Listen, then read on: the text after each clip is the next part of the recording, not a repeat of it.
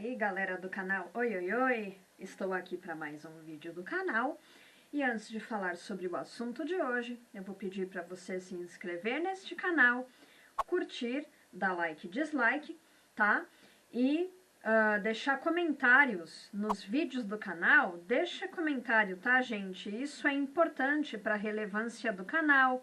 Assim, o YouTube, ele espalha o conteúdo, ele espalha o canal para que mais pessoas possam ter acesso ao conteúdo do canal, se inscrever.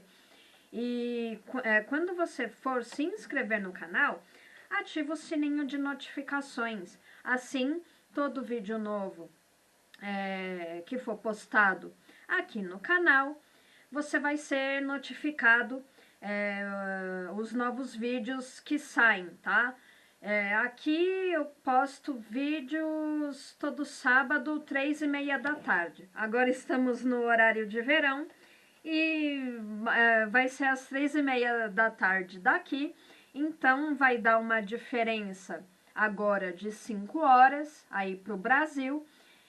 Não sei exatamente que hora é aí no Brasil, só sei que agora dá a diferença de 5 horas. Antes 4, agora 5.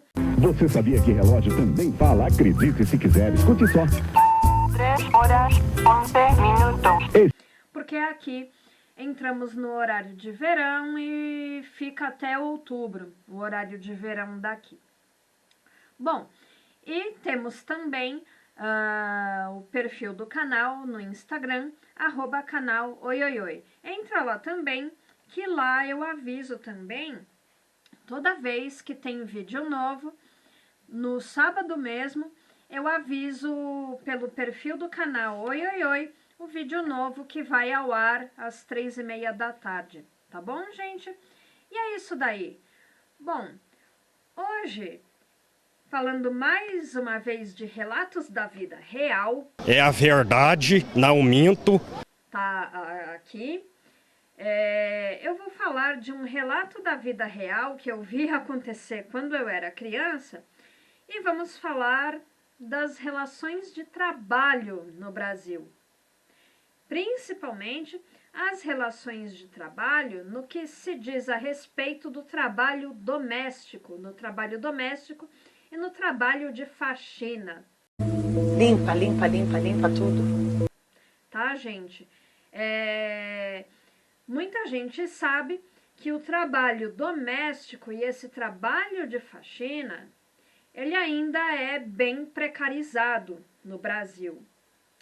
O Brasil ainda tem uma mentalidade muito, vamos dizer assim, uma mentalidade escravocrata. Tá? Me serve, vadia, me serve! Tá, gente? Em relação, principalmente, ao trabalho doméstico, a esse trabalho de serviço, de limpeza. O Brasil ainda tem uma mentalidade muito escravocrata com esse tipo de serviço. E eu vou contar aqui um relato da vida real que eu vi acontecer quando eu era criança.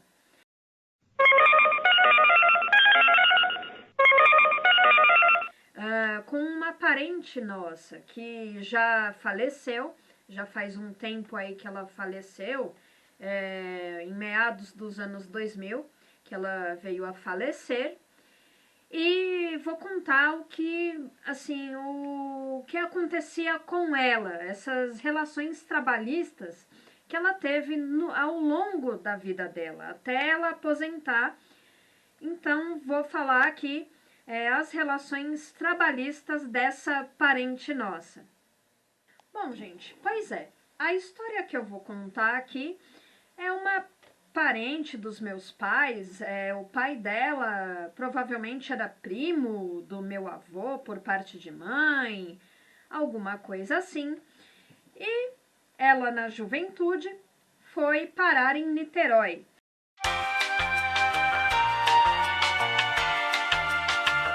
Para trabalhar. Lá em Niterói, ela fazia trabalho doméstico, além de ser babá, ela fazia trabalho doméstico.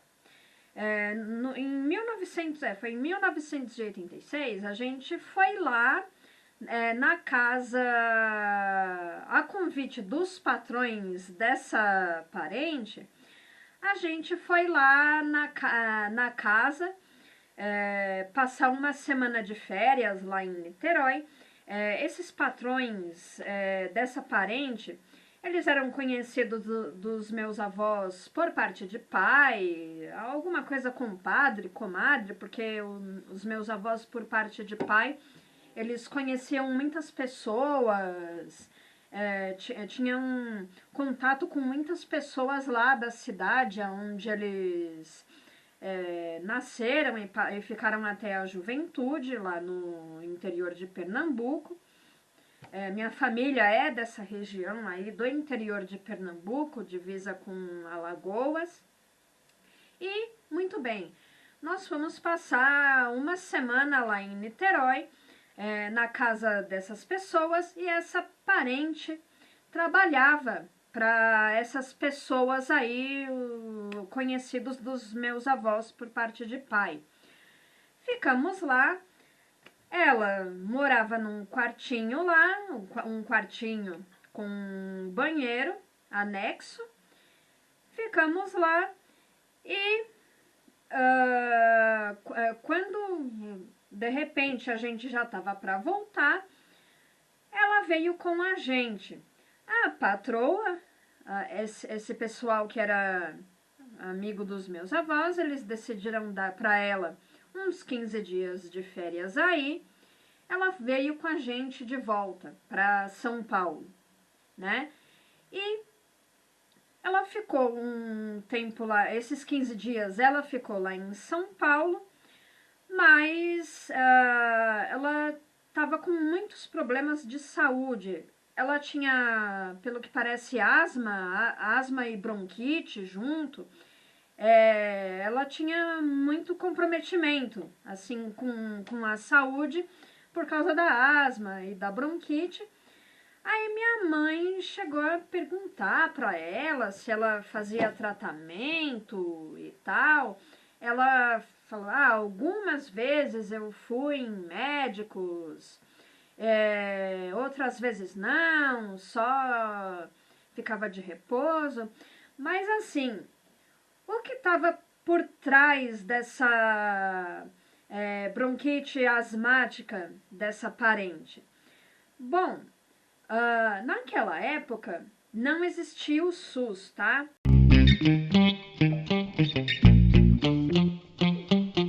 O SUS, ele é uma criação que veio com a Constituição de 88.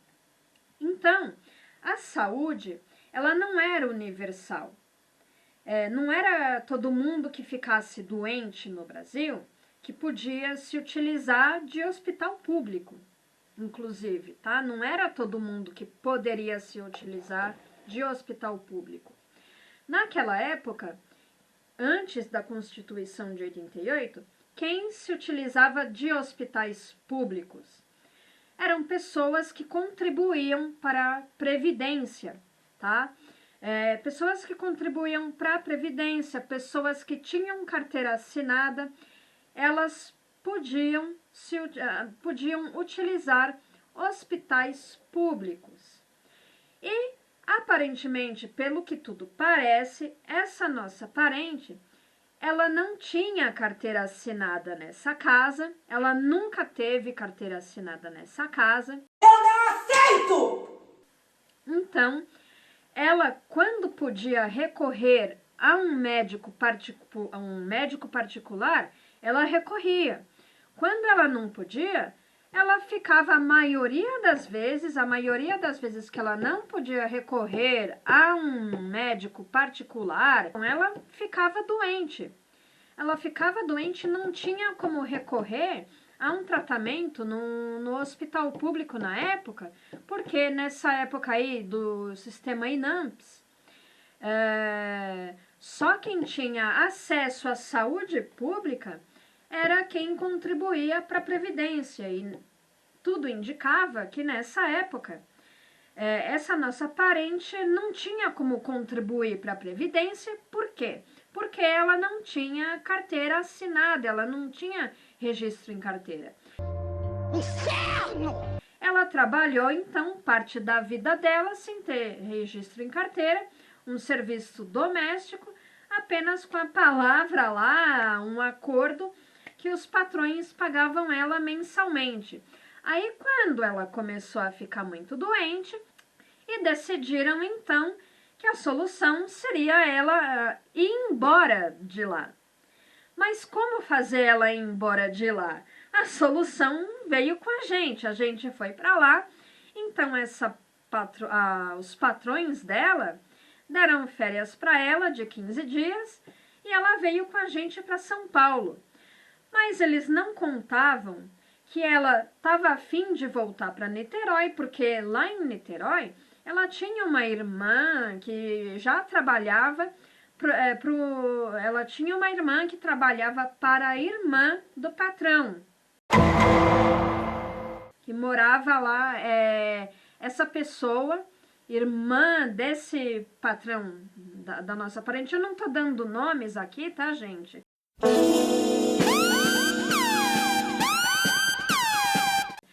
Mesmo porque, assim, boa parte aí dos envolvidos, eles já são falecidos. Mas, sei lá, não quero dar nomes, então vou pontuar aqui a história sem dar os nomes às pessoas, tá? Desculpe, mas, sei lá, não tô a fim de dar nome de fulano, ciclano aqui. Mas, enfim, essa parente, ela voltou para Niterói. Ela tinha uma irmã lá, que também trabalhava em serviço doméstico para a irmã do patrão lá. Mas quando essa parente voltou para Niterói, o que aconteceu? A mulher lá, ela ligou lá em casa e falou assim, a gente não quer mais ela aqui, a gente não quer mais ela aqui porque aconteceu isso e isso. Eles alegaram que a nossa parente, ela estava dando em cima do patrão, ela estava seduzindo o patrão e por isso eles não queriam mais ela lá.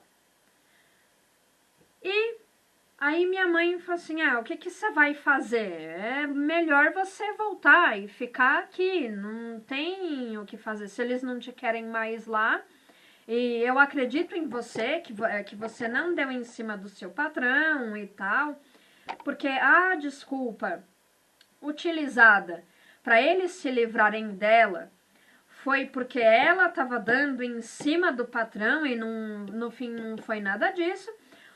O que estava por trás disso, dessa sedução aí,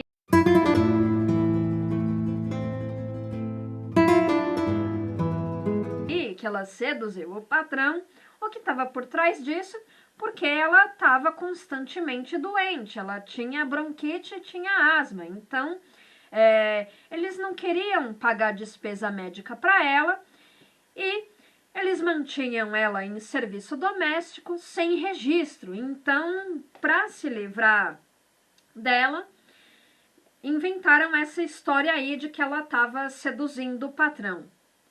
Pois bem, ela ficou em São Paulo com a gente e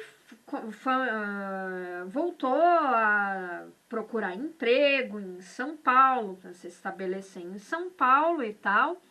Aí ela foi trabalhar por um tempo numa casa no bairro da Santa Terezinha, Santana, eu sou da Zona Norte de São Paulo. Não me diga! Ela foi lá e ficou um tempo trabalhando numa casa, serviço doméstico. Ela não se adaptou. Aí, um tempo depois, surgiu uma vaga de faxineira na escola onde eu estudava. No primário, eu estudei numa escola particular, num bairro de classe média. Bando de burguês safado! Na Zona Norte de São Paulo. E lá surgiu uma vaga para trabalhar na faxina. Um detalhe aí também é que essa parente Creio eu que se ela não era alfabetizada, ela era semi-analfabeta. Ela não sabia ler nem escrever direito. Muito pouco, muito mal ou nem sabia. Eu sei que quando surgiu essa vaga de faxina lá na escola onde eu estudava, eu fui junto com ela para preencher a ficha de solicitação de emprego para ela. No fim, ela foi aprovada, ela permaneceu trabalhando lá na escola, com carteira assinada, direito a férias, FGTS, ok. Aí você vai me dizer, poxa, finalmente, né, trabalhando com todos os direitos que ela merece trabalhar.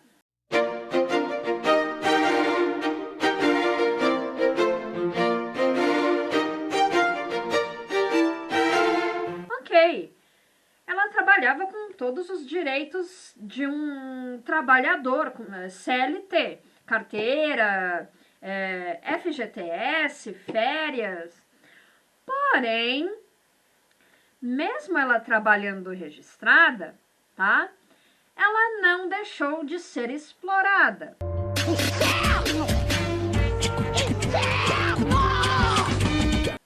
Porque ela fazia muitas horas extras. Uma escola, às vezes, tem eventos de final de semana. Ela não era paga a mais por esses eventos de final de semana, seja festa junina, formatura de prezinho, festinha de Dia das Mães, Dia dos Pais. Ela não era paga, o extra para ela, aos finais de semana, não era pago. Então, ela trabalhava as horas extras sem receber, e fora que, se usando da confiança, o diretor da escola, ele confiava muito no trabalho dessa nossa parente aí. Ela trabalhava bem, fazia o serviço direitinho, ok? Então, ele foi pegando uma confiança nela. Ele se utilizou desta confiança que ela depositava nele, e enfim, porque ela, de certa forma ela endeusava este patrão que ela tinha. Às vezes ele chamava ela para fazer serviços extras na casa dele ou na casa do pai dele. E esses serviços que ela fazia limpando a casa dele em alguns finais de semana não eram pagos, tá? Ele nunca pagou horas extras para essa parente nossa. E apesar de ser um emprego lá todo direitinho, com CLT, FGTS, férias, ele nunca pagou as horas extras. Ele explorou o trabalho dela, fazendo ela trabalhar horas a mais em uma função que não era para ela fazer. Porque o que era para ela fazer era trabalhar com faxina na escola e receber os extras quando tivesse dias extras para ela trabalhar. Por exemplo, finais de semana que tivesse eventos na escola, você recebe um extra. Ela nunca recebeu esses extras e nunca recebeu esses extras quando fazia faxina na casa desse diretor aí da escola onde eu estudava.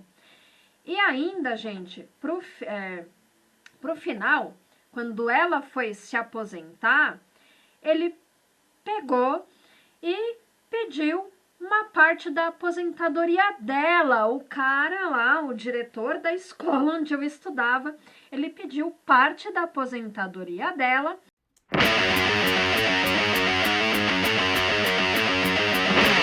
E pasmem, o cara era rico, o cara acho que até hoje ele tem uma moto Harley Davidson. Uma moto Harley Davidson custa caro, custa milhões aí, não sei quanto custa uma moto Harley Davidson.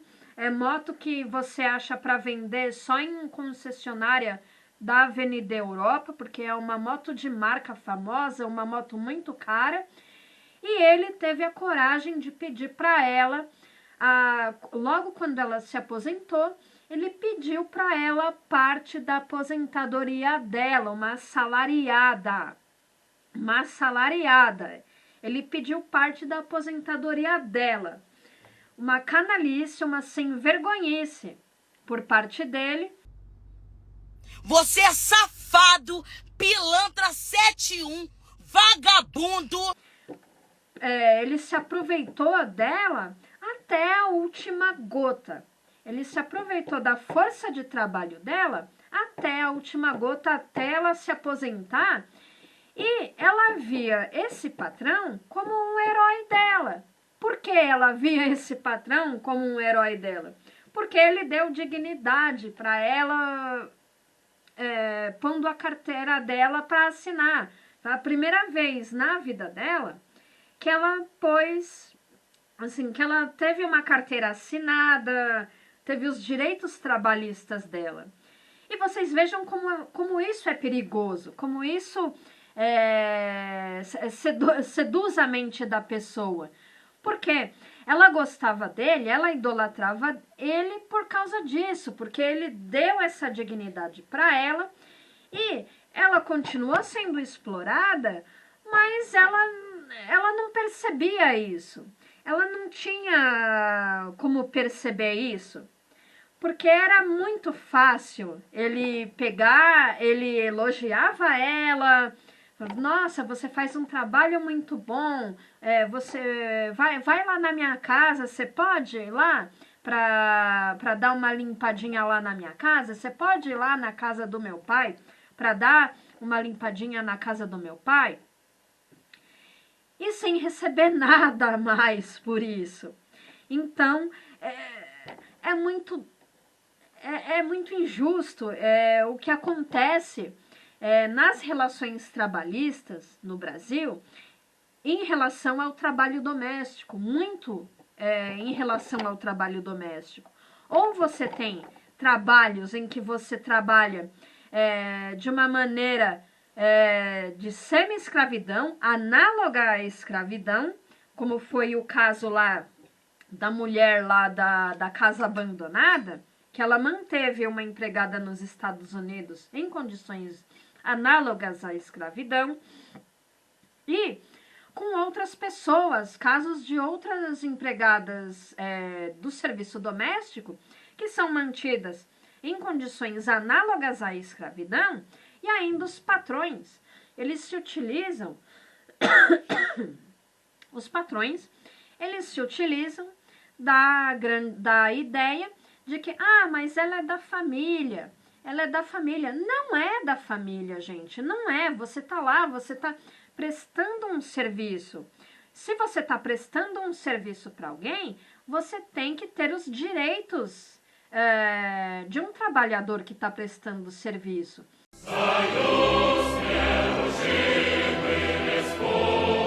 Não é questão, porque é da... Poxa, ela é da família. Não é. Ela sai em retrato da família, ela vai nos jantares da família, a pessoa vai de férias com a família? Não vai. Então, não me venha com essa coisa aí de que, mas a gente tem uma empregada, ela é quase da família. Ela não é. É uma pessoa que tá lá prestando serviço para você. Então, tenha a decência de pagar o que essa pessoa merece ser paga pelo serviço que ela tá fazendo, pô. Aqui nesse Twitter eu hablo mesmo. Paga para ela a férias, o FGTS, o salário do mês. Não vem com esse papo de que a pessoa, porque ela é da família, porque ela tá anos e anos. Às vezes, essas empregadas, elas já vêm desde criança, gente. Elas já vêm desde criança nesse esquema. Elas trabalham para os pais dessas pessoas. Aí os pais passam, quando algum filho casa, passam essas empregadas para essas pessoas como se se fosse isso aqui, ó, uma garrafa que você compra numa loja, aí você não quer mais, você passa para outra pessoa, você descarta, sabe? E não é por aí, são pessoas que têm dignidade, são pessoas que têm dignidade e que merecem receber direitinho pelo trabalho delas, porque ali elas estão dando o tempo delas para manter a casa, para manter a sua casa limpa. Elas estão dispondo do tempo delas, dispõem do tempo delas, dispõem o tempo, a vida. Em muitos empregos, essas pessoas, elas querem estudar, não podem estudar. Então, gente, é isso. As relações trabalhistas no Brasil em relação ao trabalho doméstico. O trabalho doméstico no Brasil, ele ainda é visto como uma coisa de escravidão, de servidão. Não, você tem que fazer, você tem que estar disponível para mim 24 horas por dia. Não vai não, amor. Eu vou te pagar o que eu quiser. Você tem que dormir na minha casa num quartinho de 10 metros quadrados com um banheirinho de 5 metros quadrados e fique satisfeita por isso. Mas você é da família, tá? Você é da família, ó, uhul, seu trabalho aqui é top, você é essencial para a manutenção dessa casa, para a manutenção da minha regalia, para a manutenção da minha regalia de classe média, você é essencial. Sabe nem mexer a panela, vadia? E são esses tipos de pessoas com essa mentalidade que ainda existe muito no Brasil. Essa mentalidade de aristocracia, de associar o trabalho doméstico como se fosse uma coisa suja, é uma coisa que você não quer fazer, então você contrata alguém para fazer, mas você não quer dar a ela a dignidade que ela merece por ela estar fazendo esse trabalho. Você quer um escravo na sua casa para fazer esse trabalho e você quer uma pessoa que faça esse trabalho de escravidão e que se dê satisfeita por isso, por fazer esse trabalho, porque você está dando esse emprego para ela. Enfim, e eu posso dizer diretamente também que minha mãe passou por isso quando era criança. Minha mãe passou por isso quando ela era criança, quando ela chegou em São Paulo, ela fez trabalho doméstico, ela foi babá, ela trabalhava por prato de comida e que se desse satisfeita por isso. Quer dizer, aí quando vem uma lei que regulariza o direito das empregadas, do serviço doméstico, das diaristas, quem foram os primeiros a chiar? O pessoal da classe média. Bando de burguês safado! Foi esse pessoal da classe merda que temos no Brasil que foram os primeiros a chiar, porque não estão dispostos a querer pagar os direitos trabalhistas dessas pessoas em serviço doméstico, mas são muito dispostos a querer sonegar impostos, né? Eles são muito dispostos a querer sonegar impostos, mas quando é para pagar os direitos das outras pessoas que trabalham para eles, eles acham tudo uma dificuldade, porque eu sou um empresário pequeno, vai quebrar o Brasil e não sei o quê. Eles criam 1000 dificuldades. Mas para sonegar, todo mundo quer. Todo mundo quer sonegar, né? É essa que é a nossa classe média brasileira. É a nossa classe média brasileira. É a nossa classe de merda brasileira. É isso que é. Com esse pensamento escravagista. A classe média brasileira vai continuar perpetuando esse pensamento escravagista. Eles querem sempre ter alguém para servir. Eles não querem pagar os direitos dessas pessoas. Eles não querem ver quando as pessoas, assim, filho de uma empregada, pensam em fazer faculdade, eles não querem. Eles não querem pessoas evoluindo. Eles querem sempre pessoas servindo para eles, parasitas. É isso que eles são, parasitas. Puta vida! Tá? E é isso daí, pessoal. Esse foi o meu desabafo sobre relações trabalhistas no Brasil. Esse foi o meu vídeo de hoje. Esse grande desabafo sobre as relações trabalhistas no Brasil. Para o próximo vídeo, eu vou falar sobre Dia das Mães. Vai ter um vídeo surpresa aí sobre Dia das Mães e vou fazer aí essa homenagem para as mães do Brasil. Tá bom, gente? E é isso. Eu vou pedir novamente para vocês se inscreverem no canal, like, dislike, deixar comentários, ativa o sininho de notificação quando você for se inscrever no canal e também entre lá no nosso perfil do @canal Oioioi lá no Instagram, tá? E é isso daí, gente. Se vai mudar essa relação trabalhista, principalmente aí no serviço doméstico, eu acho que tá muito longe de mudar, gente, infelizmente. Infelizmente,